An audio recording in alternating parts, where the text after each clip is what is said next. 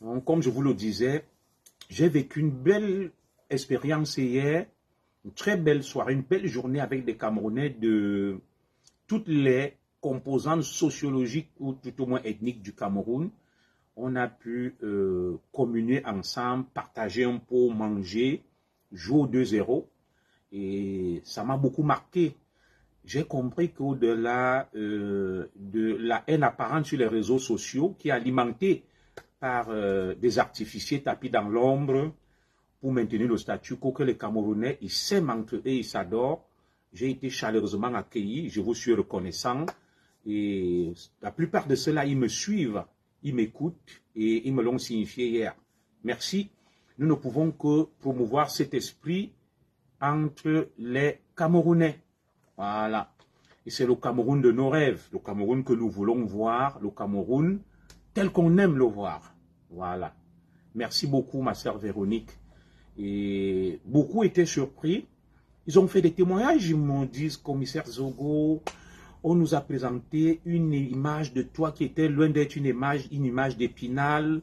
On t'a catalogué comme étant un monstre, un méchant, un tribaliste, mais au contact, à l'épreuve des faits, on découvre quelqu'un de très adorable, de très sympathique, de très ouvert.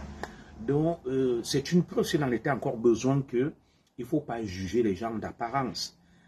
Il ne faut pas cataloguer les gens sans les connaître. Je vous réassure que j'ai vu des Camerounais très sympathiques, très adorables. Des Douala, des Bassa, des Ekang, des Bamileke, des anglophones, des nordistes. C'était franchement ouf. Une image que je n'oublierai jamais. Voilà. Et quand je peux et quand je pourrai, j'irai toujours là-bas. Voilà. Ils ont tout fait pour que j'y sois et je n'étais pas déçu. Moi, je traînais un peu la patte. Je me suis dit les milieux camerounais et tout, mais non, ouf, ce que j'ai vu, pouf, c'était super. Alors, nous allons donc aborder rapidement le vif du sujet. Mesdames et messieurs, je suis à nouveau ici devant vous pour commenter l'actualité qui est très croustillante, pour la passer au pain fin, pour la décrypter et la décortiquer telle que nous savons le faire ensemble. Alors, de l'expérience d'hier, j'ai compris une chose, à l'unanimité, les Camerounais sont pour que les lignes bougent, je vais utiliser un euphémisme, mais ils sont pour la paix. Ils peuvent l'exprimer différemment, certains le font de manière un peu bruyante et excessive, d'autres le font de manière feutrée et calme.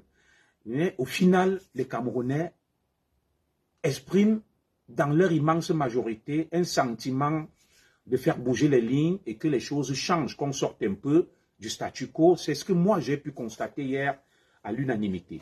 Alors, permettez donc que je recentre les choses parce que nous sommes là pour élever le débat, pour parler au nom du Cameroun et pour aborder des problématiques d'intérêt. Et c'est ma sœur Ndolé Miono qui me l'avait dit comme mon commissaire, laisse-nous dans la boue, toi continue à nous entretenir, ne quitte pas les réseaux sociaux. Continue à nous entretenir sur des sujets importants, l'avenir de nos enfants. Alors, hier, j'ai retenu quelque chose de très important. C'est un compatriote qui me l'a dit. Ce compatriote m'a dit, mon commissaire, je vais partager avec toi une pensée du jeune et nouveau président sénégalais, Diomaye Faye. Diomaye Faye a dit à ses compatriotes, dans les écoles et vos maisons, ne mettez pas mon portrait. Mettez plutôt à la place de mon portrait officiel et public des portraits de vos enfants. Et chaque fois que vous allez prendre une décision concernant le Sénégal, pensez à vos enfants. Ça m'a beaucoup marqué et j'ai compris qu'il faut aller vers les compatriotes. Ils t'apprennent beaucoup. On n'a pas la science infuse, on apprend énormément. Alors, derrière donc ce langage imagé de Diomaye Faye qui dit, ne mettez pas, c'est une preuve d'humilité, ne mettez pas dans les écoles, les lycées, les places publiques le portrait du président. Je refuse. Mettez les portraits de vos enfants sur vos murs, placardez-les. Et puis, chaque fois que vous voudrez prendre une décision concernant l'avenir du pays, regardez les photos de vos enfants et pensez à eux avant de prendre une décision. Je vais donc revenir sur un certain nombre de nos compatriotes, nos élites. Je pensais qu'on avait touché le fond, mais jusque-là, on n'a toujours pas touché le fond. Nous naviguons dans des eaux troubles. Alors, chaque jour qui passe au niveau du microcosme politique camerounais, nous découvrons un nouveau scandale, une nouvelle contradiction, une dichotomie et tout au moins un déphasage entre l'élite qui nous dirige et nous, le petit peuple. Ce matin encore, je suis couché chez moi, dans mon domicile. Je vois un arrêté du ministre Eyebaïch, je crois, le ministre des domaines et des affaires foncières, du cadastre, quelque chose comme ça. Il prend un arrêté annulant sa précédente décision. Vous savez, nous avons parlé d'une affaire ici et nous ne faisons que marquer les points. Ceux qui disent que vous perdez votre temps, la pression sur les réseaux sociaux ne donne rien. Mais en l'espace d'une semaine, nous avons remporté des victoires énormes. Et c'est le lieu d'occasion ici pour moi de le mettre en exergue et de le commenter, de l'analyser avec vous, peuple camerounais, vous qui nous soutenez, vous qui nous accompagnez dans ce combat sans fin, où on a l'impression de ne pas avancer, de ne pas faire bouger les lignes. Mais en réalité, mes chers compatriotes, mes nombreux followers dans le monde, les lignes bougent. Les lignes bougent parce que nous nous sommes levés pour dénoncer le scandale foncier dit des Koudou, à Bastos. Vous connaissez là où il y a l'usine BAT. C'était près de 10 hectares que l'État a concédé à un investisseur privé qui génère des emplois, paye des impôts, apporte une plus-value au Cameroun. Et comme il y a des gens au pouvoir qui n'ont peur de rien, qui ne pensent pas à leurs enfants, qui ne pensent pas à leurs petits-enfants, qui pensent que le Cameroun se limite à eux, à leur maîtresse, à leur petite vie qu'ils mènent de luxe, et un luxe même à la limite éphémère, évanescent et de courte durée. Ces gens ne pensent pas à leur progéniture, ces gens ne pensent pas à la postérité, ces gens ne pensent pas à leur descendance. Ce sont des méchants qui mangent, qui cassent l'assiette dans laquelle ils sont servis. Alors, beaucoup sont donc là, ils ne parlent pas, ils ne disent rien. Ils se livrent au plaisir charnel et mondain que j'appelle l'épicurisme. Lorsque nous dénonçons, ils ne parlent pas, ils ne disent rien. Les mêmes qui vont dire Paul Biya, Ayobayo, Paul Biya toujours devant, Paul Biya encore candidat, ce sont les mêmes dont les noms ressortent dans tous les scandales d'État. Ils n'assument jamais. Ils sont avec Paul Biya. Ils créent autour du président Paul Biya une bulle, un rideau de fer. Ils embarquent le président Biya dans des sales affaires. Ils font croire au président Biya qu'ils sont de grands patriotes. Ils font croire au président Biya qu'ils l'aiment beaucoup. Mais en réalité, ce sont les fossoyeurs et tombeurs du Cameroun. Vous voyez, le président Biya, il est ici en Europe. Toutes ces personnes-là, aucun n'a prêté sa voix pour dire que ce qui se passe à Ekoudou, à Bastos, n'est pas normal. On ne peut pas spolier une entreprise et ternir l'image du Cameroun.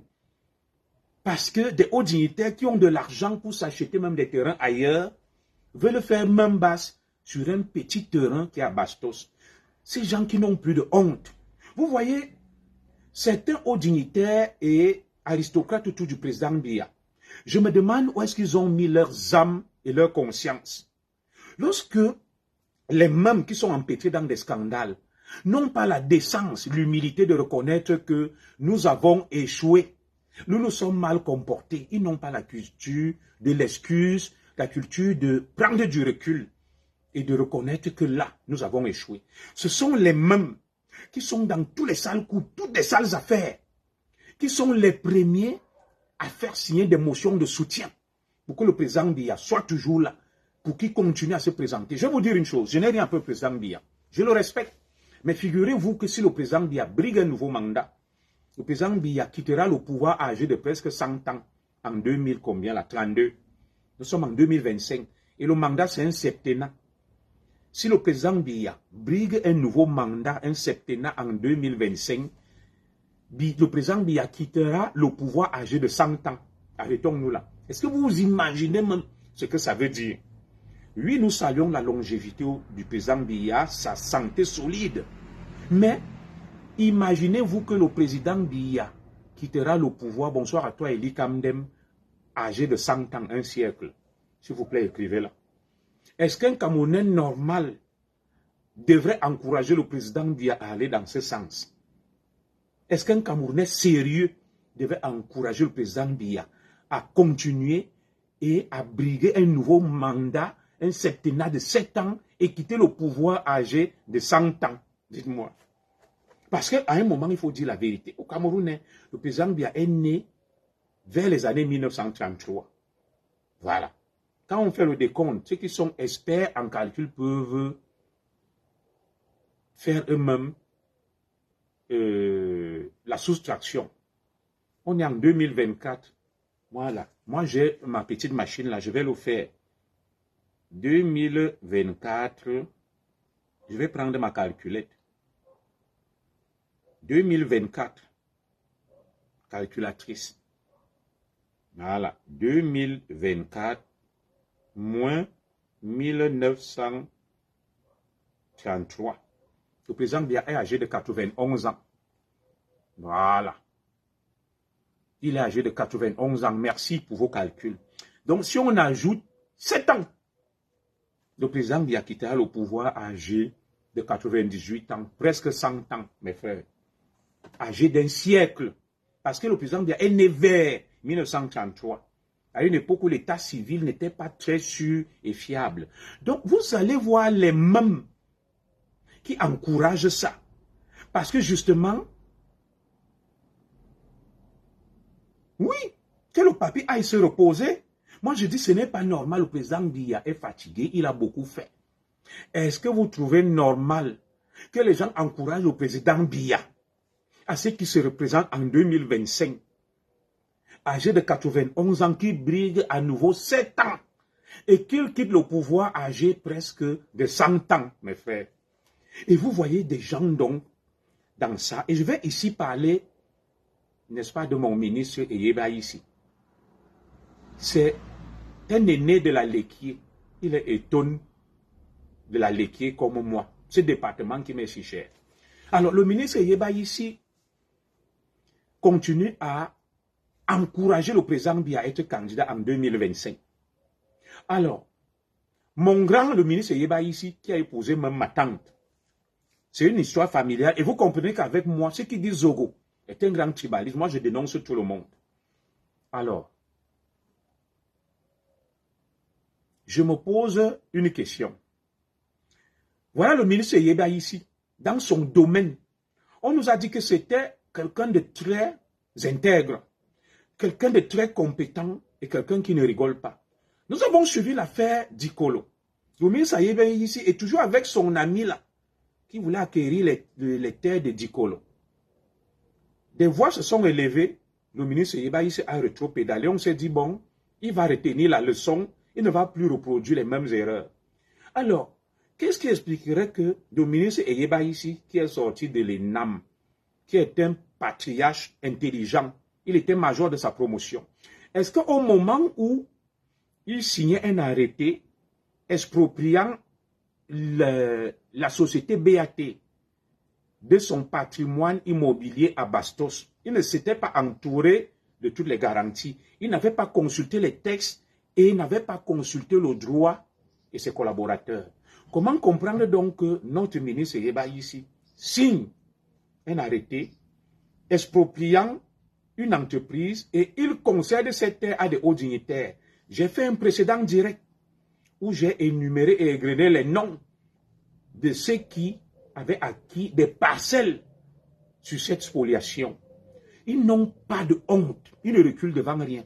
Alors, mon aîné, mon patriarche, le ministre Eyeba ici, souhaite donc que le président Biya continue à se représenter pour que lui, Eyeba ici, continue à prendre des décisions maladroites, à tromper le président Biya, aller exproprier, arracher des terres à une entreprise qui apporte la plus-value au Cameroun, BAT, British American Tobacco, créer des incidents diplomatiques, rendre même le Cameroun inattractif pour prendre cette terre, aller donner à ses copains et amis du gouvernement. Et le ministre Eyeba ici, on dit qu'une fois n'est pas coutume. À Dikolo, on a dit, bon, peut-être le grand a été induit en erreur. Le revoilà encore à Ekoudou, à Bastos. On a annulé.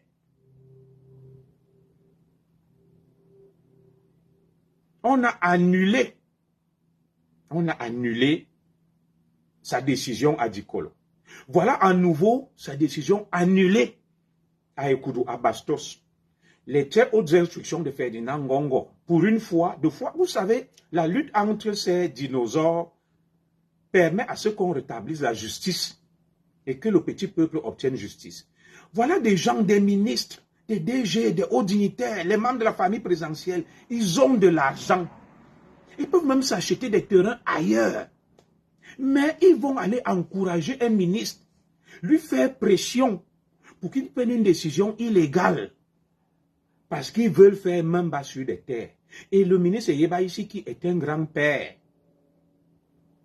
il a l'âge de mon père, qui peut être mon père aussi, va se plier, n'est-ce pas, au chantage de l'entourage du président et va signer une telle décision. Et c'est donc un tel ministre qui va demander, qui va être l'une des figures de proue, qui demande au président Biya de se représenter en 2025 et que le président Biya finisse ce 8e mandat, parce que le président Biya a son 7e mandat. 7, le chiffre 7, la plénitude. Maintenant, il va aller à 8, ce chiffre maudit et diabolique. Donc, le ministre Eyeba ici encourage le président Biya à briguer un nouveau mandat en 2025 et que le président Biya termine son mandat sur un fauteuil roulant âgé presque de 100 ans. Pour que lui, Eyeba ici, continue à donner des terres du domaine national à ses collègues du gouvernement, à ses amis.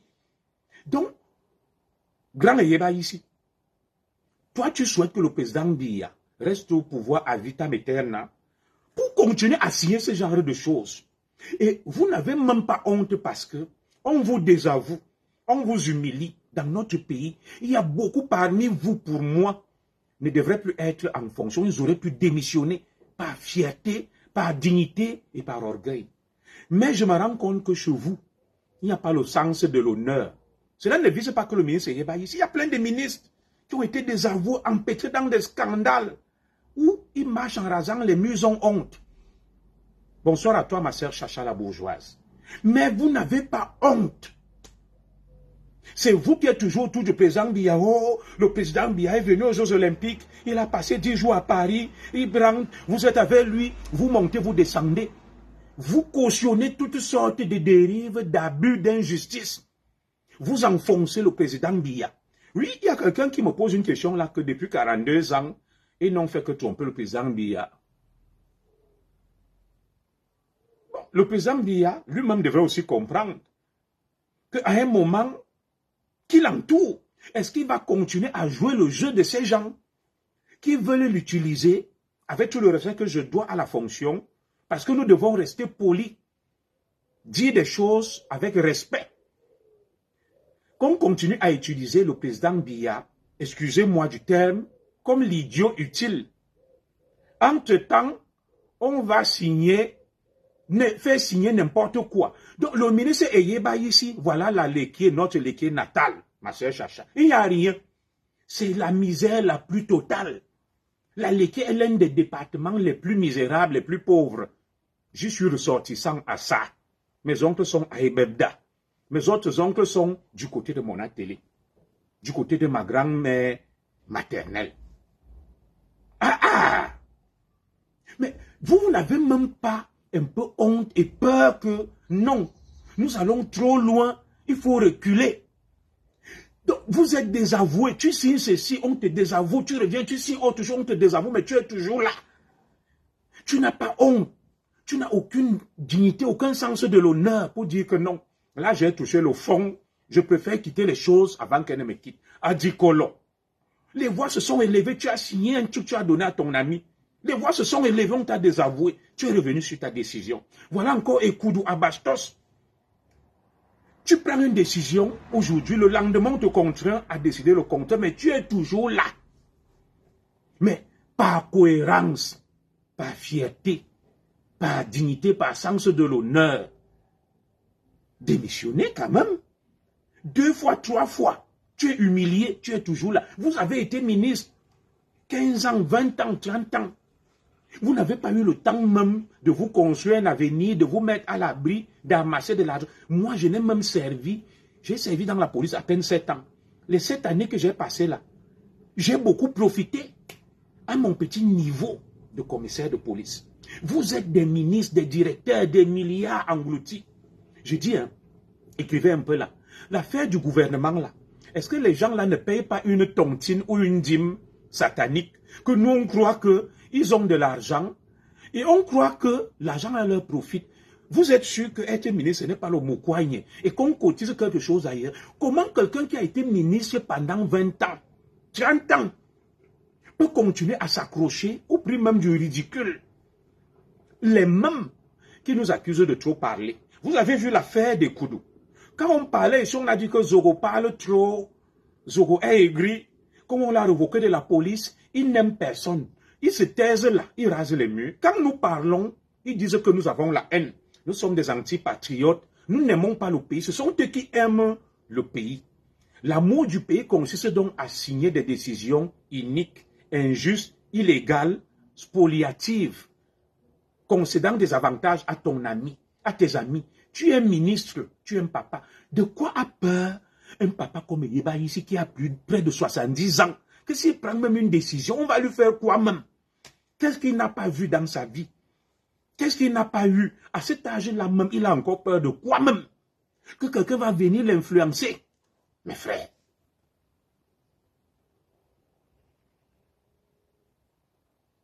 Oui. Donc Jean de Dieu Momo avait dit que démissionner qu'il est fou. Mais justement, en s'accrochant là, les gens deviennent ridicules. Ils sont plus que des fous. Parce que moi, je ne peux pas être à un poste où je commets des bêtises chaque jour. On me reprend comme un enfant. Je suis toujours là. Même au niveau de ta femme, de ta famille, tu n'as plus de personnalité. Tu es ministre. Chaque jour, tu prends des décisions et tu reviens dessus. Mais tu continues à être là. Que fais-tu là? Ailleurs, on démissionne, l'attitude de la démission. Tu dis, j'ai échoué, mes frères.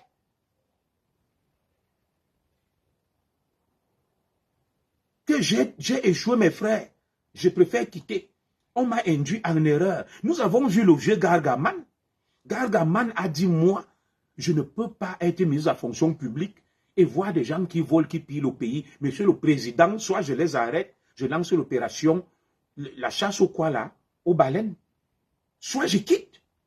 Adamou Damdjo a démissionné, Garga a démissionné, le sens de l'honneur. Mon ami. Les gens viennent, ils te font pression que Eyeba ici, je suis tel, je suis tel. Signe telle décision, parce qu'on a besoin des terrains de baston. Tu es un jeu de 70 ans avec la calvitie. Tu n'as rien à perdre, rien à gagner, tu as déjà tout vu, tu as eu tous les postes du monde. Tu as déjà profité. Mais comment tu peux te laisser influencer? Tu sais bien que la décision que tu prends là est entachée d'irrégularité, c'est un abus. Tu as 70 ans. Tu es sorti de l'ENAM à 25 ans. On t'a nommé ministre à 30 ans. Tu as mis 30 ans au gouvernement. Qu'attends-tu encore de la vie? Tes enfants sont sortis. Tu es comblé. Tu as construit au village. Tu as construit à Yaoundé. Dieu t'a béni d'atteindre 70 ans étant ministre. Dites-moi, qu'est-ce que tu attends encore des gens qui vont venir t'influencer? Tu prends des décisions qui te rendent ridicule aux yeux du monde. Et tu ridiculises même la Léquier. La Léquier est faite des gens nobles, dignes. On a connu le professeur Nkoulou, l'ami du président Biya, qui était ministre de la Santé, des gens dignes. On a connu les Florent et Toga Eli, des gens dignes.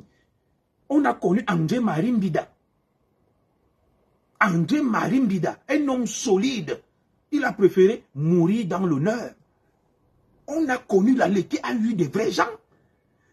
Nous, on pensait que toi, au moins, tu es là-bas, tu es différent de Galat Setoga. Galat Setoga qui se laisse manipuler. Un étonne est fier et digne, étonne Mangissa. Un étonne ne se laisse pas manipuler. Donc les gens viennent, tu es âgé de 70 ans. Plus même. Ils te disent, signe ça. Toi aussi, tu te lèves et tu signes. Chaque jour, on te désavoue. Papa Wam, mon père. Chaque jour, on te désavoue. Quand moi, je suis chez moi, parce que tu as ma tante comme femme. Elle est Mangissa. Tu es étonné. Ouais, je dis que mon tonton, c'est même...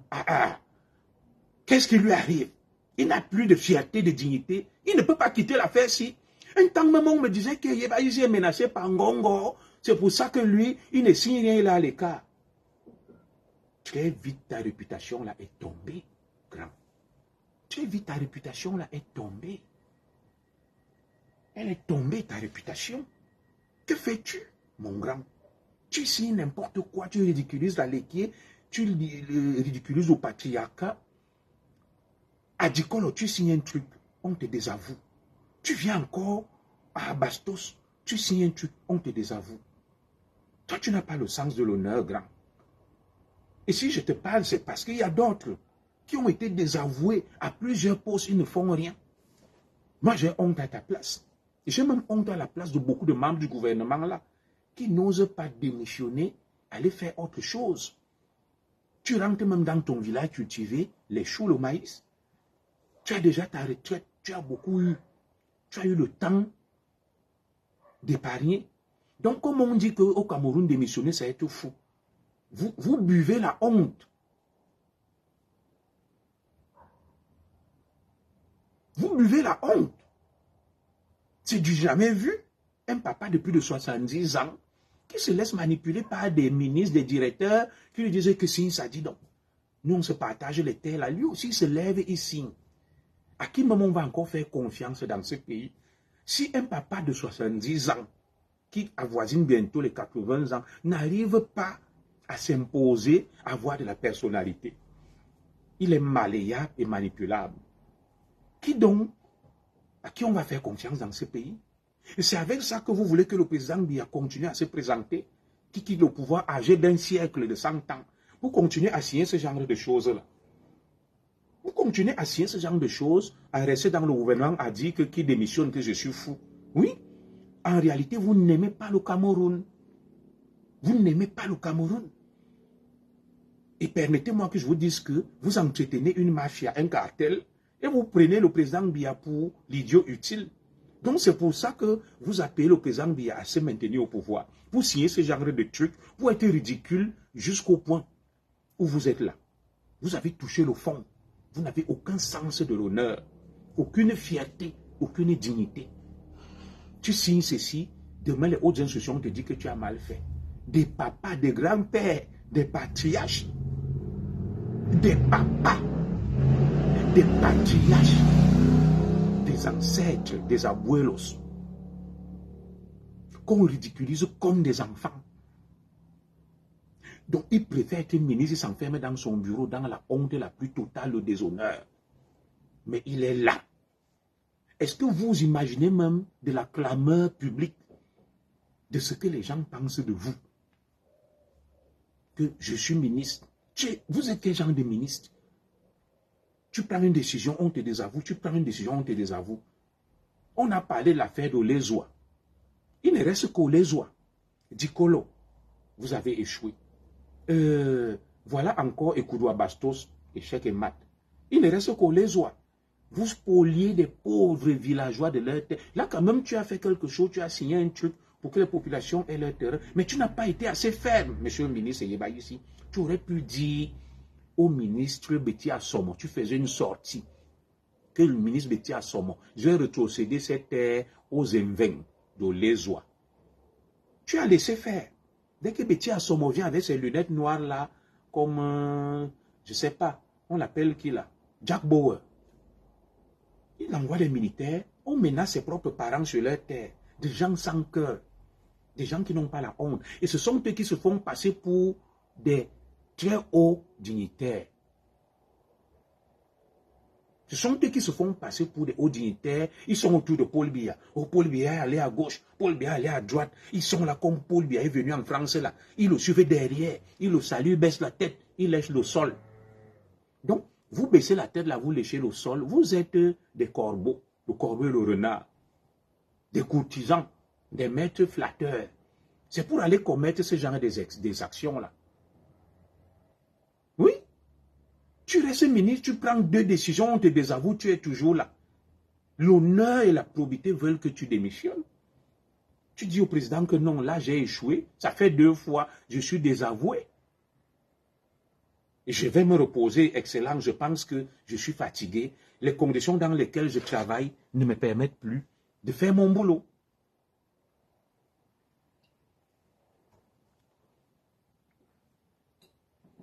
Oui, tu prends congé et tu vas dans ton village. Des grands-pères qui n'ont aucune fierté, aucune dignité, âgés de 80 ans, quelqu'un. Moi, là où je suis là, quelqu'un va venir m'influencer. Pourquoi? Je lui dis que je ne signe pas ça. Je ne signe pas. Va même signer toi-même, aller arracher sans ma signature. Regarde comment tu es donc ridicule. Grand. Regarde comment la laitier est ridicule. Regarde. On est ridicule. Nous, on pensait que les étonnes, c'est des durs à cuire. C'est des gens inoxydables, inflexibles, incorruptibles et qu'on ne manipule pas. Voilà donc tu es notre tête de gondole, notre figure de proue. Mais aux yeux des autres, comment on va se sentir? Que voilà votre ministre, des ministres Godillot, qui se laissent instrumentaliser par d'autres membres du gouvernement. On lui dit signe, ça y signe. Le lendemain, on le désavoue. Et tu es le premier à aller dire au président Biya que continue à être là. Présente-toi, tu signes les motions de soutien dans la laitier. Tu signes des motions de soutien dans la laitier. Nous allons tous lire avec ça. C'est pour ça que je vous dis, quand vous prenez certaines décisions, pensez quand même à vos enfants, à vos petits-enfants. Si vous, votre vie est derrière vous, comme l'a dit Diomaye Faye, mettez les photos de vos enfants devant vous. Tu dis ce que je vais signer là. J'ai mes enfants et mes petits-enfants. Est-ce que la décision-ci va dans le sens de leurs intérêts? Si tu dis que non, la décision que je prends là va compromettre l'avenir de mes enfants et de mes petits-enfants, tu ne signes pas. Même si c'est la première dame qui te dit de signer, même si c'est le président, tu dis Excellence, toi-même viens signer, je ne signe pas ça. Parce que, au regard de la loi, des documents que j'ai, rien ne m'autorise à signer ça. Excellence, je préfère refuser et te laisser me relever de mes fonctions. Tu vas signer n'importe quoi. Mieux même encore que les très hautes institutions viennent te contraindre de signer. Vous voyez Laurent Esso, ministre Yeba ici. On a contacté Laurent Esso, que fait ceci, fait cela. Il a dit, je ne signe pas. Tu veux que je mette ces gens en prison, apporte-moi des preuves. Il refuse de signer n'importe quoi. C'est un patriarche comme toi. Pourquoi toi tu signes n'importe quoi? Et tu es un étonne de la laitier. Tu ridiculises les étonnes. Un autre se lève là-bas, il passe signer n'importe quoi, qu'on doit déporter les gens dans le Fundi. Des vieux sont toujours là. Vous suivez le président Biya partout. Vous créez une tour d'ivoire autour de lui, vous le mettez dans une bulle. Vous faites passer pour de grands patrons. Vous faites même quoi à côté de lui? Quand moi je vous vois, j'ai honte. Je vous ai dit ici que le président Biya qui est même en France, là, laissez-le rencontrer les Camerounais.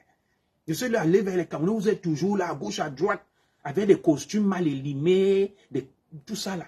Vous faites passer pour des grands patriotes que vous aimez trop le président Biya. Vous ne l'aimez pas. Quand on aime quelqu'un, on ne prend pas des décisions qui vont l'exposer et le compromettre. On respecte cette personne et on prend des décisions justes, honnêtes et intègres. Mais vous êtes au-dessus de président Biya. Vous commettez toutes sortes d'exactions, d'abus, d'exagération et vous dites que vous l'aimez. Non, vous êtes tout simplement des espèces de délinquants à col blanc autour de lui. Là, je vois les images là. Tous ces scandales que nous dénonçons, les mêmes qui sont assis là ne parlent pas. Vous allez les voir, les ambassadeurs, les ministres, mais ils sont forts pour parler que le président Biya est venu en France. Le président Biya vient de repartir. Ils vont là, ils s'alignent. Tu vois des vieux, des papas. Ils saluent le président Biya, la tête baissée. Vous pensez que c'est avec ça que le Cameroun va avancer parce que vous avez serré la main du président Biya en courbant la tête, en léchant le sol?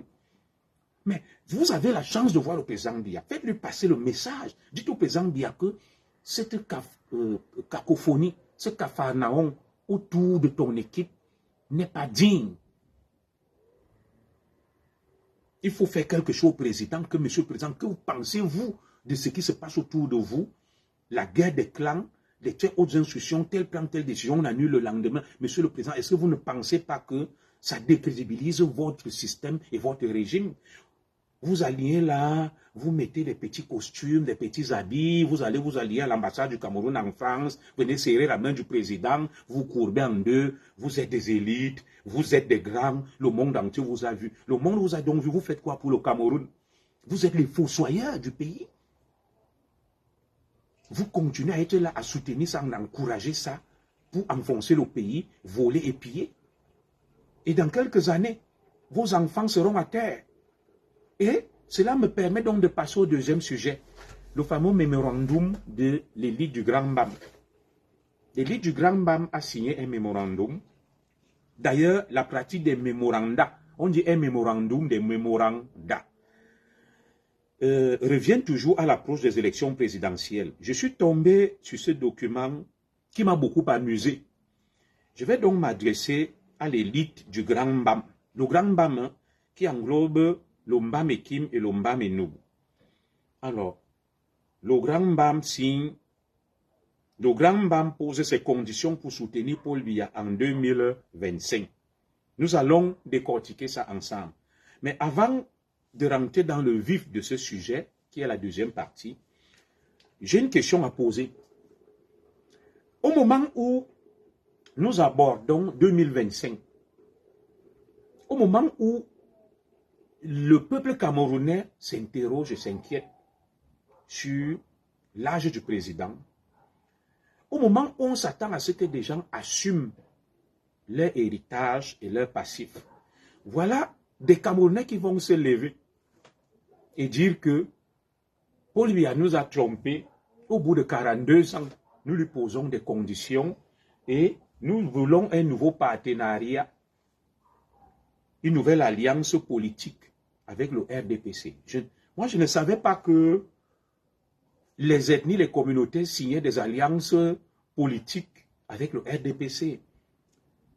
À vous, élite du Grand Bam, mes chers frères.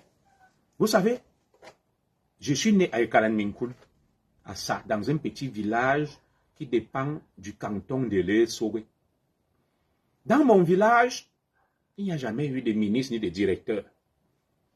À ça, il n'y a jamais eu de ministre. Le seul ministre même était au Langna. Il est en prison, Manguissa. Et le seul ministre Manguissa s'appelait Ngabameda. Il est mort depuis, c'était un ministre d'Aïdjo. Je vais vous citer le nombre de ministres que l'Ombam a eu. Monsa Natal n'a pas eu ça. Laleke même n'a pas eu ça. Au moment où des gens doivent assumer l'héritage politique du président Biya, qu'ils ont soutenu pendant des années, c'est là où des petits malins se lèvent et estiment que on nous a floués, on nous a trompés, nous posons nos conditions pour soutenir le président Biya en 2025. Vous me faites rire. Personne ne va fuir.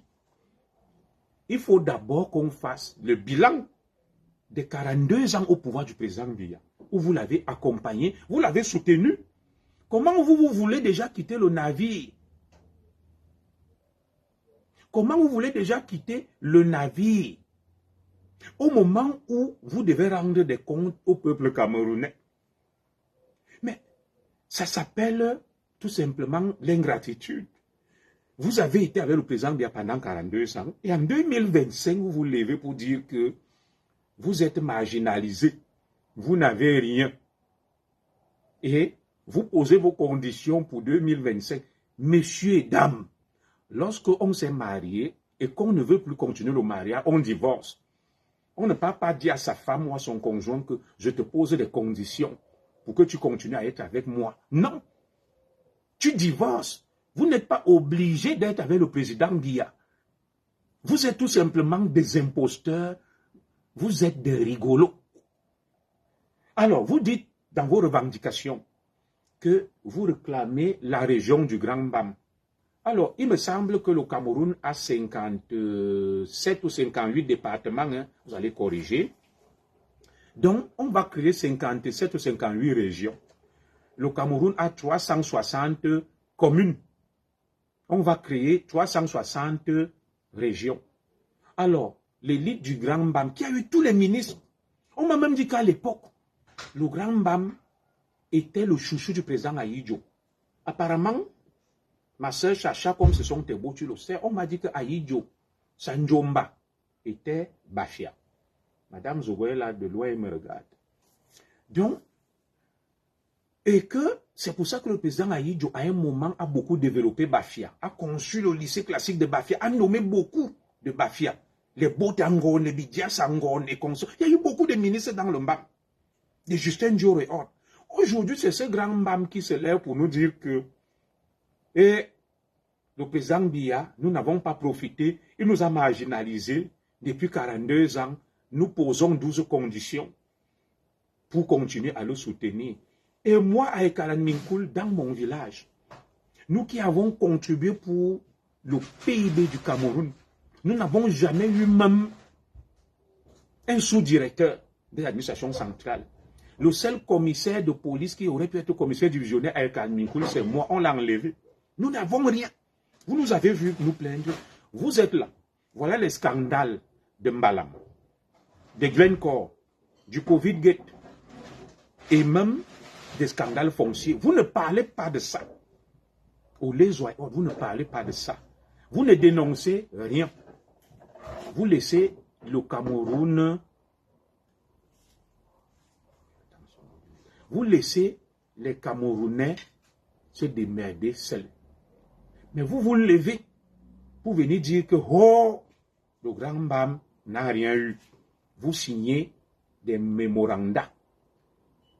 Monsieur du grand BAM et madame, nous sommes en 2024. L'élection présidentielle, c'est en 2025. Manoron, personne ne va fuir. Vous mentez. Miniminal. Je vous dis ça. Vous mentez, personne ne va fuir, quitter le navire. Vous avez dit que Paul Biya est le meilleur risque, Paul Biya est bien, tout va bien. Vous allez sauf que rester dans le navire du RDPC. Personne ne va fuir, personne ne va quitter. Avant de quitter, nous devons d'abord faire le bilan. Et si on n'a pas fait le bilan, le navire là va aller avec vous jusqu'au naufrage. Nous allons veiller à ce que dès que quelqu'un veut quitter le navire, on le remet à l'intérieur. Je vous dis ça. Oh, ah. Écoutez-moi très bien. Personne ne va fuir. Manoron. Nous avons soutenu Paul Biya. Nous devons assumer jusqu'au bout. Vous ne faites pas le petit malin man. Vous parlez de quoi là? Et 2025 arrive, oui, on nous a trompés, le Mbam n'a rien. Mais monsieur, vous avez René Sadji, il est du Mbam. C'est le ministre de la Communication qui écrit le français ronflant les discours de Paul Biya. Vous n'allez pas partir. René Sadji, d'ailleurs, on nous a dit que René Sadji est là, non? Que René Sadji va succéder au président Biya. Mais c'est lui qui vient publier les communiqués chaque jour, le porte-parole du gouvernement. Quand les gens parlent, ils disent que non, le Cameroun est un état de droit, le bilan du président Paul Biya est bien, tout va bien. C'est quelle élite dans le MBAM qui se plaint? Vous avez Camille Mouté, qui dirige le... On lui a fait cadeau du Fonds national de l'emploi. Lui qui devait même créer les emplois pour que le grand MBAM, les enfants du grand MBAM travaillent. Et vous parlez de quoi là? À Alan Minkoul, il n'y a pas eu de ministre. Au village de ma femme, Biwombane, il n'y a pas de ministre, même pas un sous-directeur. Le seul commissaire de Alan Minkoul, c'est moi. On l'a contraint à l'exil. Vous savez ce que vivent les gens de Alan Minkoul? Nous, on va signer un mémorandum quand? Si tout le monde signe un mémorandum, le Cameroun va devenir quoi? Je vous dis que personne ne va fuir. Vous mentez. C'est trop facile. Dans 42 ans, vous êtes là, vous bouffez, vous profitez, vous faites n'importe quoi. Mais, les gars, on soutient son leader jusqu'au bout. Vous êtes comment? Vous êtes comment? Vous voulez quitter le navire alors qu'on attend à ce que vous fassiez des motions de soutien pour que le président Biya se représente. Non. On va sauf que soutenir le président Paul Biya. Vous mentez. Le président Biya va quitter le pouvoir là à 100 ans. Il va briguer un autre mandat. Il va briguer un septennat. Il finira âgé d'un siècle. Vous avez dit qu'on est des soutiens du président Biya, que tout va bien. Manoron, personne ne quitte le navire. On va rester là, nous tous. Nous tous, on va faire naufrage dans ce navire. Nous tous, on va manger chez nous. nous tous, on va manger les palmistes. Pendant 42 ans, vous soutenez quelqu'un, vous dites que tout va bien. Et au bout de 42 ans, vous vous levez pour dire que on vous a trompé, on vous a menti, vous posez de nouvelles conditions. Non. Si vous voulez poser de nouvelles conditions, vous créez votre parti politique, vous vous présentez à l'élection présidentielle, vous battez Paul Biya. Vous ne venez pas dire à Paul Biya que tu es mauvais, tu nous as lésés, et nous, on n'est plus d'accord avec toi, vous n'allez pas quitter. Avant de quitter, vous allez d'abord répondre de ce que vous avez fait pendant 42 ans. Vous assumez, ils sont déjà là. Non. Vous assumez ce que vous avez fait. Vous assumez le mal que vous avez fait au Cameroun. Une fois donc que chacun a assumé, nous allons donc partir sur de nouvelles bases. Mais c'est ce que tout le monde réclame. Moi aussi, je réclame une région à Ikalan Minkoul. Moi, je ne veux même pas une région dans la Leki. Je veux que Ikalan Minkoul soit une région. Comme ça, je vais rester avec mes oncles, mes frères, mes tantes à Ikalan Minkoul. Vous parlez de quoi là? Donc, quand on a parlé ici au préfet Djumfundi que ce que tu es en train de faire là, c'est un dangereux précédent. Tu ouvres la porte à quelque chose de très pernicieux. On va déporter les gens du Djumfundi. Boum! Voilà l'exemple du Grand Bam aussi qui se lève, qui disent qu'ils ne sont pas d'accord, on les a trompés, ils veulent leur région. Les gars du Grand Bam là, proclamez votre autonomie tout simplement comme les Ambazoniens. Pourquoi vous posez des conditions? Dites tout simplement que vous faites sécession. Ça fait 3 États, il y a l'Ambazonie, l'Omfunji, l'An, et désormais l'Ombam, l'An. Vous créez votre région, vous prenez les armes. Pourquoi vous tournez autour du pot? Vous tournez autour du pot, pourquoi? Je vais vous citer les ministres que l'Ombam a eu. Aujourd'hui, vous levez pour dire que vous êtes marginalisés, vous voulez des ministres, vous voulez des directeurs. Est-ce que vous savez qu'il y a des régions du Cameroun qui n'ont jamais eu de ministres ni de directeurs? Vous parlez de quoi là? Vous connaissez les départements, il n'y a eu aucun sous-directeur, aucun ministre, aucune élite. Je vais vous citer les élites du Grand Bam. Eux-mêmes, ils ont énuméré ça dans leur mémorandum. Vous allez voir. Ils citent. Voilà. Voici les élites du Grand Bam. Il y a eu Bepandon.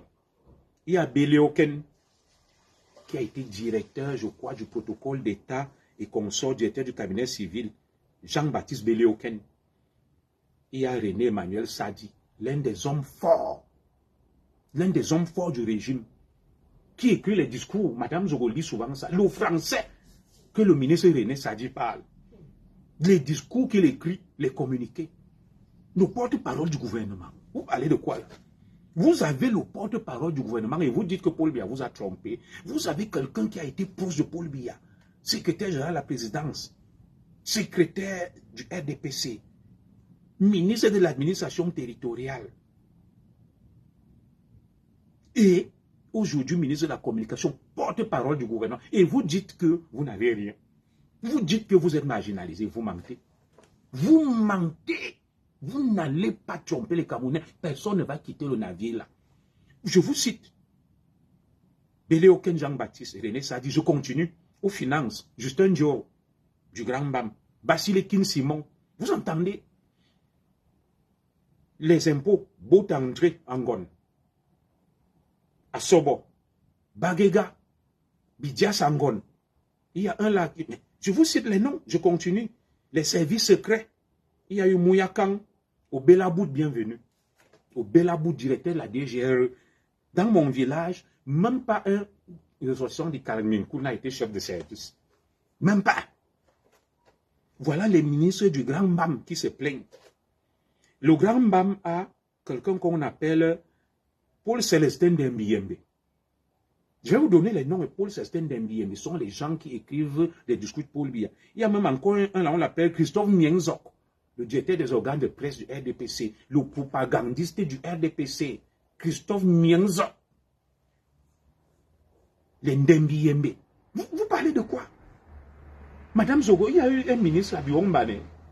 Mais regarde-moi des gens. Vous prenez même les autres Camerounais pour qui? Le Grand Bam, on est marginalisé, on n'a rien. Il y a combien de ministres dans le gouvernement? S'il y a 58 départements au Cameroun, vous êtes sûr que chaque département a même un ministre? Vous êtes sûr même que Ikaraminkoul, il n'y a rien. Je continue. Hein. Les affaires foncières, lui mari à Boron Kono, était du Grand Mbam. Anon à Bidine Pascal, Béléoken Jean-Baptiste, écoutez même, comme Abissé que Jacqueline qui est morte, était ministre des domaines des affaires foncières, qui partageait les terres. Voilà les enfants du Grand Mbam, ministres et autres. Donc aujourd'hui, le Grand Mbam se lève pour dire que, écoutez ce qu'ils disent dans leur mémorandum. Force est de constater que malgré notre engagement politique et nos expertises avérées, les fils et filles du Grand Mbam ont systématiquement essuyé des humiliations et revers à eux infligés par le chef gouvernant. Le Grand Mbam accuse aujourd'hui un étonnant retard de développement et s'insurge. Écoutez, écoutez. Ah, Mienzoké de l'Est, je m'excuse, je retire alors le nom s'il est de l'Est. Je m'excuse, merci Hervé Dreux. Donc, M. Sadi René Emmanuel, le Grand Mbam se plaint. Il disait ceci. M. René Emmanuel Sadi, nommé secrétaire général du comité central du RDPC, a été viré de ce poste après avoir assuré au RDPC et à son chef une victoire éclatante à la présidentielle de 2011 et au sénatorial de 2013. Donc, le pays leur appartient. On ne devrait pas enlever René Sadi comme secrétaire général du comité central du RDPC. Le pays leur appartient. Donc, pour eux, le Grand Mbam est marginalisé parce qu'on a enlevé René Emmanuel Sadi comme secrétaire général du comité central du RDPC parce que c'est lui qui faisait gagner Paul Biya. Il continue. Il disait que, nommé au ministère de l'administration territoriale René Emmanuel Sadi, on a refusé de l'auréoler du titre de ministre d'État. Parce qu'une certaine opinion nocive lui prêtait des ambitions présidentielles imaginaires. Donc, René Emmanuel Sadi est victime. C'est une victime. René Emmanuel Sadi est victime. C'est un laissé pour compte, il est marginalisé parce que on devait le laisser comme secrétaire général du comité central du RDPC. On ne devrait pas l'enlever comme ministre de l'administration territoriale. Donc là, il est comme ministre de la communication, là. Non. Pour le Grand Mbam, c'est rien. Je continue. Hein? Donc, M. James Onobiono a vu ses affaires si tabac et consorts précipitées parce que des personnes tapies dans l'homme avaient décidé de l'eau fragiliser en encourageant les importations frauduleuses de cigarettes et en se mettant en intelligence criminelle avec ses partenaires allemands. Sa banque IBAP a été tuée. À Yaoundé, on lui avait aussi dressé une couronne de présidentielle. Donc, James Onobiono, qui a eu de l'argent, l'État du Cameroun a accordé des crédits à James Onobiono. James Onobiono s'achetait des limousines. J'étais à Ebebda. Quand notre grand James Onobiono passait, parce que l'usine de Bokito de Balamba est à côté de chez mes oncles. Il alignait des véhicules, si limousine, c'était un cortège présidentiel, il avait des cigares. Il dilapidait cet argent, et quand il tombe, on accuse Paul Biya. Et que l'Ombam est marginalisé. Non, non, non, c'est pas vrai. Je continue. Simon Basilekin, ministre des Finances, a eu le bail le plus court à un poste ministériel au Cameroun, 7 mois de finances. Cet ami et confident du président Paul Biya avait eu l'outrecuidance de révéler aux députés à l'Assemblée nationale que les caisses publiques du Cameroun étaient sauvagement agressées par des individus bien identifiés dans l'appareil du pouvoir. Il fallait être un Mbamois pour dire à cette époque, 1989, donc pour eux, Basilekin devait rester ministre des Finances. Il n'a fait que 7 mois, il est victime. René Sadi est victime. James Onobiono est victime. Basilekin est victime. Nous continuons. Bienvenue Ebela Obout. Mettez des cœurs pour soutenir le direct. Il devient intéressant, il signale, ça grésille. L'image est figée. Mettez des cœurs s'il vous plaît. Bienvenue Ebela Obout. C'était un de mes patrons quand j'étais commissaire de police. Je vais malheureusement parler de lui, ça me dérange. C'est un personnage que j'appréciais beaucoup. Il était le patron de la DGRE. Le poste qu'occupe Eko. Je crois que Eko, Maxime l'a remplacé. Bienvenue au Belabout. C'était un commissaire divisionnaire. Le Grand Mbam nous dit ceci sur au Belabout. Bienvenue Obelabout a quitté la direction générale de la DGRE en 2010, il vit des pires moments. On dit que Obelabout vit des pires moments de sa vie après de loyaux services rendus à la nation. Écoutez, sa fille Karine a été injustement arrêtée dans le dossier TCS Minefi et j'étais à Kondengui depuis bientôt 5 ans. Donc parce qu'il a été directeur de la DGRE, sa fille Karine Obelabout, si elle a détourné de l'argent, on ne devrait pas l'arrêter. Et moi, qu'on a foutu en exil, revoqué de la police, que diraient mes parents? Que diraient les populations de Kalanminkoul? Que dirait ma belle famille à Biwombale? Je continue. Donc, Obelabout passe des moments difficiles parce que sa fille a Kondengui. Elle était au Minefi, elle a détourné de l'argent. Comme il a été DGRE, on doit épargner sa fille. On doit épargner sa fille. Je continue. Hein. On dit, la petite fille de Obelabout vient d'être lâchement assassinée à Yaoundé. Certains auteurs et complices de ce crime crapuleux circulent librement dans la capitale. Waouh! Et tous les Camerounais qui se font assassiner, les Martinez Zogo, Monseigneur Jean-Marie Bala et autres, comme c'est la petite fille d'Obelabout, ça me fait mal. Là, il est victime. Alors, Obelabout lui-même a été un artisan de ce système. Tout puissant directeur de la DGR, il a participé à ce système. Aujourd'hui, il est victime. Vous voyez donc ce que je vous ai dit que au moment où vous servez Paul Biya, prenez la photo de vos enfants encadrés, mettez ça là. C'est ce que Diomaye Faye a dit. Avant de prendre des décisions, regardez vos enfants et pensez à eux. Alors, est-ce que Obelabout bienvenu, quand il servait le président Biya, a mis la photo de sa fille et de sa petite fille là, avant de poser des actes en tant que directeur de la DGR, des services secrets? Non. Aujourd'hui, lui, il subit.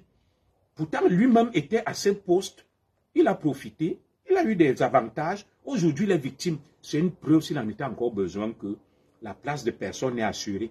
Vous qui vous vantez là, que je suis ministre, je suis directeur, je suis DGR. Vous voyez donc un ancien DGR qui pleure, qui lit. Il lit l'heure. Un ancien DGR divisionnaire lit l'heure. Sa fille est à Kondengui. Sa petite fille a été assassinée. Et les assassins de sa petite fille courent et circulent. Pourtant, cet aîné a servi Paul Biya avec loyauté, dévouement. Il était à la DGR, avec tout ce que cela implique. Vous connaissez la DGR qui allait assassiner Martinez Zogo. Comment on appelle le colonel Justin Danwe et sa bande. Voilà. Donc, quand tu fais du mal aux autres, parce que tu sers Paul Biya, sache que tôt ou tard, le pouvoir n'est pas éternel. C'est pour ça qu'on vous dit servez le peuple. Ne servez pas un individu, parce que cet individu, lui, il s'en fout. Il t'utilise, il t'exploite. Quand il a fini de t'utiliser, il te jette. Comme mon aîné, bienvenue au Obelabout, je regrette. Aujourd'hui, tout le monde chante, Mbargangele, machin, délégué. Vous allez voir. Demain, dès qu'on va virer Mbargangele, il va rentrer à mes têtes. On va dire qu'il pourrit là-bas. Ses enfants sont tués. Sa fille est jetée en pleurs. Vous allez entendre ça. Vous allez l'entendre demain. Comme à Tanganji. Le voilà aujourd'hui. Il est le moulinex. Il fait tout aux gens. La fille d'Atanganji est ici. Hein. Il lui envoie des milliers d'euros chaque mois. Via des gens que je connais. Les 15 000 et 20 000 euros. Mais il torture et maltraite des enfants. Tant demain, Atanganji va payer avec ses enfants. On va dire que non, il est victime. Demain, Atanganji sera victime. Non, vous mentez. Donc, on continue à dire que dans le monde universitaire, certains fils et filles Mbamois connaissent des trajectoires professionnelles humiliantes, déshonorantes, inacceptables. Et ce, malgré leur état de service imparable, leur loyauté aux institutions de la République et même leur fidélité politique à Paul Biya. Donc, voilà ce que le grand Mba met en avant. Ils servent Paul Biya. Ils ont été loyaux et fidèles et on doit leur être reconnaissant. Donc, on ne doit pas toucher à leurs fils. Le pays leur appartient.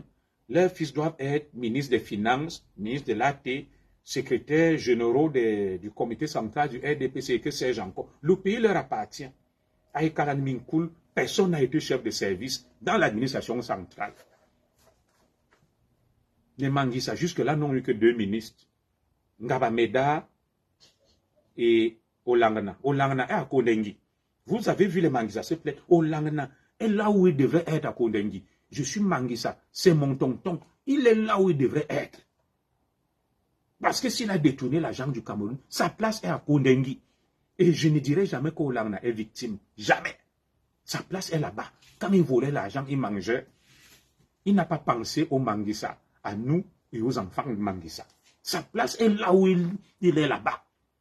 Et la place des autres est là-bas. Et même ceux qui sont encore libres là, leur place est là où ils devraient être. Et demain, si un est victime, zéro pitié. Nous allons tous lire l'heure. Quand on dit ça, que nous allons tous lire l'heure, vous pensez que c'est une blague, que vous êtes à l'abri. Personne n'est à l'abri. Voilà Brenda qui lit l'heure, non. Elle a sa part de punition. Brenda Biya, elle lit l'heure. C'est sa part de punition là. Tout le monde lit l'heure. Quand on vous dit que arrangeons le pays, soyons sérieux et corrects, vous dites que ah non, tout va bien, Zoro, laisse les gens tranquilles. Nous allons tous lire l'heure. Personne ne va quitter le navire là. On va sauf que rester là et mourir tous là. Soit on meurt tous. Vous savez, le petit Junior Ngombe l'a dit non. Que soit on perd tous, soit on gagne tous. Lui, il a déjà gagné. Il est devenu Mbéré. S'il a admis définitivement, il part. Moi, je vous dis que personne ne va quitter le navire. Paul Biya est bon. Paul Biya doit rester là jusqu'à 100 ans. Ni à Tanganji, ni Ngongo. Personne ne doit quitter le navire, ni le Mbam Kim et Nubu, le grand Mbam. On va tous rester là. On va tous soutenir le président Paul Biya. Jusqu'à ce que le président Biya même ne marche plus. Nous allons le soutenir en 2025. Il ne quitte pas. Vous n'allez pas signer des mémorandas. Non, il va rester là.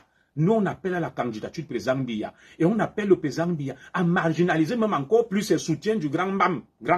Marginalisez-les correctement pour qu'ils se fâchent et qu'ils signent des mémorandas. Comme ils pensent que la loyauté doit être récompensée par des postes ministériels, ils n'ont aucun général. Depuis qu'on a enlevé Yakana, on doit leur trouver. Il y a quel général à Ekaraminkoul? Il y a quel général au village de Ndolé Nyondo? Il y a quel général dans ma belle famille à Biwomban? Vous êtes même comment? On doit vous accorder des ministres, des directeurs généraux, des divisionnaires. Vous n'avez encore rien vu. Personne ne va quitter le navire là. Nous allons tous rester dans ce navire où les capitaines sont ivres et nous allons tous chavirer et on sera, c'est le Titanic. Nous tous on crève dans le Titanic là.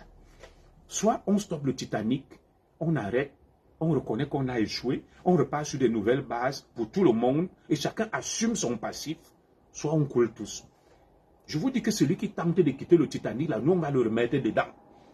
Le grand Mbam, vous ne quittez pas le Titanic. On va tous sauf que mourir là. Comme Jean-Michel disait que l'avion veut cracher, à côté de lui, il y avait le ministre des Affaires étrangères, Jean-Michel Kankan a dit, là je meurs, je peux mourir tranquille. Personne ne va quitter. Personne ne va quitter. Voilà Camille Mouté. Merci pour les étoiles, ma sœur Chérine Dolé Nyondo. Camille Mouté, patron du Fonds national de l'emploi depuis des années. Comment le grand Mbam peut se plaindre d'être marginalisé? Avec autant de ministres. Vous voulez quitter quel bateau? Quand nous on dit qu'on quitte le bateau, on est fâché. Vous dites que vous quittez aussi avec autant de ministres de haut dignitaires que je viens de citer là. Le Cameroun vous appartient, il n'y a que vous. On va soutenir Paul Biya. On va courir tous. Il aura 100 ans, on va le porter.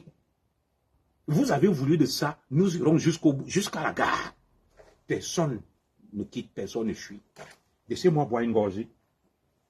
Motektouk.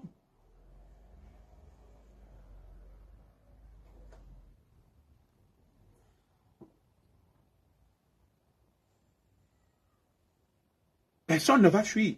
Donc, et le grand Bamdon continue. Ils disent, les enfants sont marginalisés. Et voilà ce qu'ils disent. Le Mbam a perdu 6 postes de directeurs généraux d'entreprises d'État ces 5 dernières années. Mais curieusement, à la surprise générale des Camerounais, d'autres régions du pays ont été portées à la tête de ces structures étatiques. Donc, on ne doit nommer que les enfants du grand Mbam. Le pays leur appartient. Quand on nomme les autres, ça les énerve. Ils disent donc que l'agence de régulation, si c'est quoi, harcèle Feu Kédi Jean-Pierre, Donc, on a enlevé un fils du grand Mbam. Il donne des noms, Mat Génie, on a enlevé à Borontan. Estik, on a enlevé Boyo Moissala. Moi-même, ma cousine, Alice Minkala, on ne l'a pas enlevé de l'Estik. Parce que l'Estik nous appartient. On doit nommer tout le monde, les gars. Donc, à Nord, Feu Botangon, ils disent qu'ils ont perdu 6 postes de directeurs généraux. Donc, ils citent Arcel, Feu Kedi Jean-Pierre, Mat Génie, à Borontan, Estik, Boyo Moissala. À Nord, Feu Botangon Charles, Kamraï, Feu Michel Osok, Kotko, Alfred Bagega Asobo. Vous entendez ça? Non. Ils disent, les décisions politiques du chef de l'État ont énormément choqué le peuple mbamois. Elles n'ont pas choqué les autres Camerounais. Il n'y a que eux. Voilà. Tous ces faits énumérés et qui sont loin d'être exhaustifs s'apparentent à une trahison du renouveau vis-à-vis du Grand Mbam. Ah. Donc Paul Biya est devenu un traître parce qu'il a enlevé René Sadi, secrétaire général du comité central du RDPC. On l'a enlevé Minat. On n'a pas fait de lui un ministre d'État. On a enlevé Béléoken. On a enlevé vos directeurs généraux parce que Yakana est mort, on n'a pas remplacé et trouvé notre Mbamois général. Au nom de tout ça, Paul Biya est un traître. Le renouveau, non. Si Paul Biya est un traître, quittez le RDPC. Personne ne vous oblige à être dans le RDPC. Il y a beaucoup de partis, non. Paul Biya vous oblige à être dans le RDPC. Bonsoir, Samdine Atangna. Si vous ne voulez plus de Paul Biya, si vous a trahi, vous quittez, vous créez votre parti, vous allez chez Kamto, ou chez Cabral Libi, ou chez Kawala. Il y a beaucoup de partis. Vous partez là-bas. Vous partez. Est-ce qu'il n'y a pas un opposant même dans l'Ombam là? Paul Biya ne vous oblige pas à rester avec lui. Si vous pensez que vous n'avez rien, vous êtes trahi, pourquoi vous vous sentez obligé de rester avec lui? Si une femme dit qu'elle ne veut plus, et quitte, tu viens la forcer, tu dis qu'elle est traître. Non. Vous mentez. Donc, à l'unanimité, l'Ombam trouve que les membres présents à la grande concertation de Yaoundé a été décidé que le peuple mbamois ne signera plus de chèques en blanc au RDPC et à son chef lors des prochaines consultations électorales. Notre vote en faveur de la candidature du président Paul Biya en 2025 est conditionné par, je vous énumère, ils font le chantage politique au président Paul Biya. Le Grand Mbam fait le chantage politique au président Paul Biya que leur vote sera conditionné. Monsieur, qui vous a même dit que c'est parce que vous votez Paul Biya qu'il est élu président? Ne votez plus. Allez voter Kamto. Ne votez plus. Mais Paul Biya ne vous supplie pas. Vous l'avez soutenu. Oh, à gauche, oh, ceci, nous voulons ceci. Écoutez leurs conditions. Écoutez leurs conditions. En unanimité, le Grand Mbam réclame la création de la région du Grand Mbam, regroupant les départements du Mbam et Nobo et du Mbam et Kim. Waouh! Nous aussi, on réclame une région dans la Léquier, et même 2 régions. Et comme ça, chaque région du Cameroun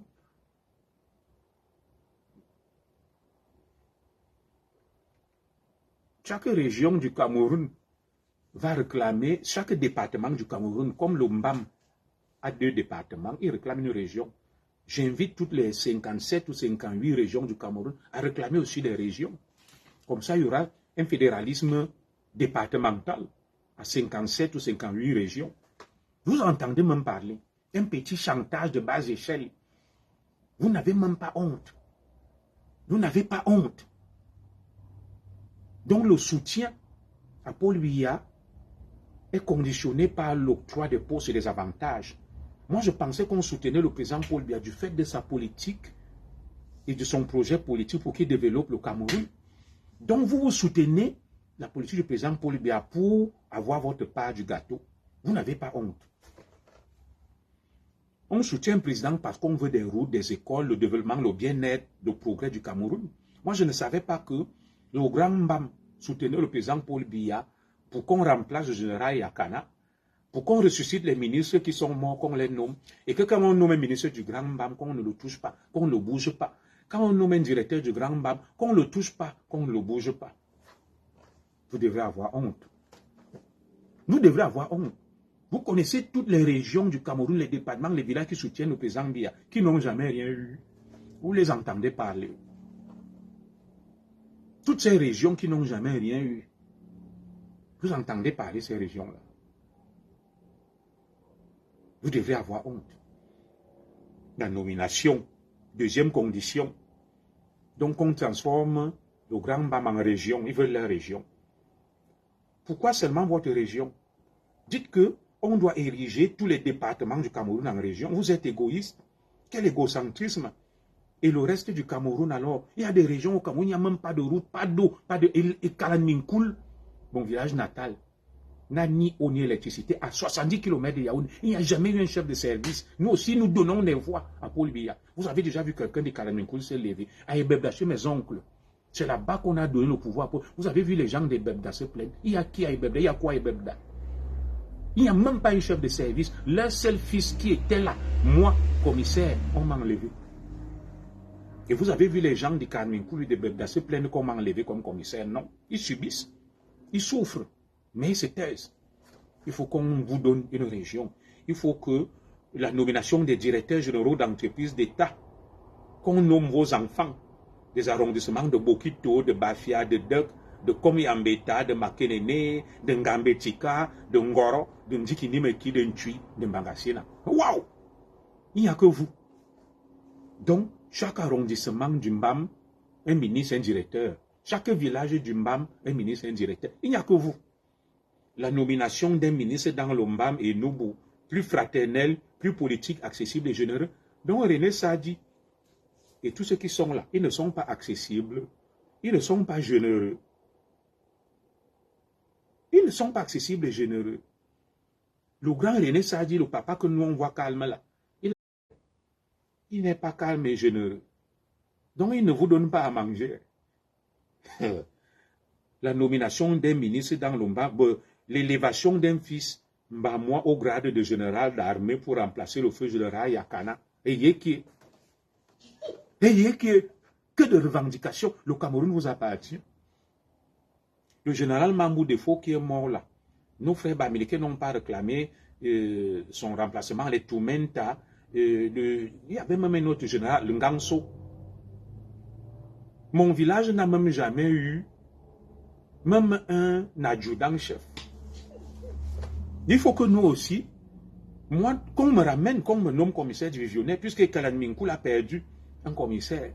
Il fallait ressusciter les morts. Dans chaque village du Cameroun, Paul lui avait nommé un général. L'Ombam réclame tout. Il leur faut un bon ministre. Il leur faut un général. Il leur faut un ministre généreux, accessible. Nous continuons. Voilà les conditions pour soutenir Paul Biya. Le bitumage du tronçon Boumiebel, Bodmakak, Bokito, Ndom. Quand moi je vais à Kalanminkoul, je m'enroule dans la boule à poussière. Et il y a beaucoup de villages du Cameroun. Regardez le Grand Nord. Des villages où les enfants font l'école sous des troncs d'arbres. Les gens meurent du choléra dans le Grand Nord. Les enfants, on a monté des écoles dans le Grand Nord. Vous les entendez parler. Vous qui avez même tout eu, vous n'avez pas honte. Le bitumage de la route Ndikineme-Kiyingi, la création du département de l'Enoubou, avec pour chef-lieu Ndikineme-Kidon, on crée la région, maintenant on crée encore les départements. La construction du pont sur le fleuve Nchayang en Komi-Ambeta. L'érection de l'annexe de la FASA en université agricole de Bafia. Waouh, quel chantage! La création des unités industrielles à Ntui, Bokito et Makenene. L'admission des jeunes Mbamwa aux grandes écoles. Voici résumé, Excellence Monsieur le Président de la République, les revendications du peuple Mbamwa. Docteur Mouzoko Yakana, symphorien, porte-parole du mouvement Mbam Région. Waouh! Voilà donc le Cameroun qui veut le balkaniser. Pour soutenir Paul Biya, c'est devenu le chantage. On signe des mémorandas. Que nous voulons ceci, nous voulons ceci. Regardez toutes ces revendications. Ne soutenez pas Paul Biya, ne le votez pas. Vous fatiguez les gens. Allez soutenir Kamto ou Cabral ou Kawala. Mais si Paul Biya ne vous satisfait, faites pas. Allez chercher notre parti, vous allez là-bas. Arrêtez le chantage, le marchandage. Vous devrez avoir honte. On soutient un leader parce qu'on attend des retombées en termes de nomination de poste ou bien parce qu'on veut le développement. Ici en France, quand on allait voter là, j'ai les projets de société. Pour voter les députés, et même le Premier ministre dit qu'il va mettre ça pour la France, il va mettre ça. Il n'a pas dit que dans la région des Yvelines où je suis, ils vont faire ça, ils vont faire ça. Non. C'est quoi ce communautarisme? C'est quoi cette bassesse? Arrêtez-moi ça vite, vite, vite. Ça a commencé, je vous ai dit, personne ne quitte le navire. Personne ne fuit, personne ne se sauve. Nous allons tous rester là. Tout le monde va rester là. Paul Biya doit rester là, jusqu'à la gare. Paul Biya, Ayoub Ayoub, 2025, jusqu'en 2032, âgé de 100 ans. Il ne bouge pas. Il ne va rien vous donner. Mais il va sauf que rester là. Quand vous allez cesser de le soutenir, c'est là où nous, on va le soutenir. Nous allons tous lire l'heure. Vous croyez échapper 42 ans. Vous soutenez. Aujourd'hui, vous venez dire que vous n'êtes plus d'accord. Il faut déjà que vous répondiez de ce qui a été fait, mes frères. Donc, moi, je vais m'arrêter là. Comme je suis derrière, il fait déjà sombre. Je ne vois plus bien. Il faut que... Non, le direct a même déjà duré. On fera d'autres. Voilà. Donc, personne ne fuit. On reste là, mes frères. Vous avez compris? On reste là. Parce que si tout le monde se met à revendiquer, on va satisfaire qui? Et vos revendications sont purement immatures et égoïstes. Elles ne vont pas dans le sens du bien-être de tous les Camerounais. Au moment où moi je m'attends à ce qu'on dise que plus de démocratie, plus de liberté, plus de ceci, plus de justice, vous revendiquez la nourriture, le vin, les postes. Vous devrez avoir honte. Donc moi je m'arrête là et chaque fois qu'il y aura un sujet très important, je prendrai la parole. J'ai dit ce que j'avais à dire. Je n'ai pas la science infuse, mais nous allons rester vigilants et focus. Personne ne va manipuler le peuple camerounais. Personne ne va fuir. Nous restons là. Vous avez dit que tout va bien, tout ira bien, et nous allons tous lire l'heure. Et c'est à la fin de la lecture de l'heure que nous tous, nous allons sortir édentés, éborgnés, les oreilles coupées. On va dire, là, c'est bon, on change les choses. Pour le moment, nous tous, nous allons continuer. Il faut d'abord que les gens perdent toutes leurs dents, que certains perdent leurs yeux, les oreilles, les mains, les pieds. Et là, donc, on va comprendre que ce que nous avons fait depuis 42 ans était grave. Et il est de l'intérêt de tout le monde de changer, de rectifier le tir et la tangente. Ce n'est pas à travers des revendications parcellaires, égoïstes, individualistes. Le grand BAM ceci, le grand Nord cela, le grand ceci, le grand cela. Ça devient du marchandage politique, du chantage politique. Messieurs et dames, si vous n'êtes pas satisfait de Paul Biya, vous quittez. Vous créez votre parti, ou bien vous proclamez l'indépendance du grand BAM. Vous fichez la paix aux Camerounais. On ne va rien vous donner de tout ce que vous demandez là. On va développer le Cameroun de manière équilibrée et dans toutes les régions. Oui, dans toutes les régions. Et puis, pourquoi vous attendez que Paul Biya vienne faire? Toutes les élites que vous avez eues là, le développement participatif, vous-même, vous ne pouvez pas déjà commencer. Vous attendez tout de Paul Biya et du pouvoir, vous dormez. Voilà les élites de l'Ouest qui viennent, qui construisent des routes, des hôtels, tous les noms qu'on a énumérés là, des ministres, dont ils n'ont rien fait dans le Grand BAM. Vous continuez à pleurer. On ne pleure pas. On ne pleure pas en 2025. On va aller jusqu'en 2001. On ne pleure pas. On soutient Paul Biya, zéro pleur. Zéro revendication, zéro condition. Paul Biya est beau.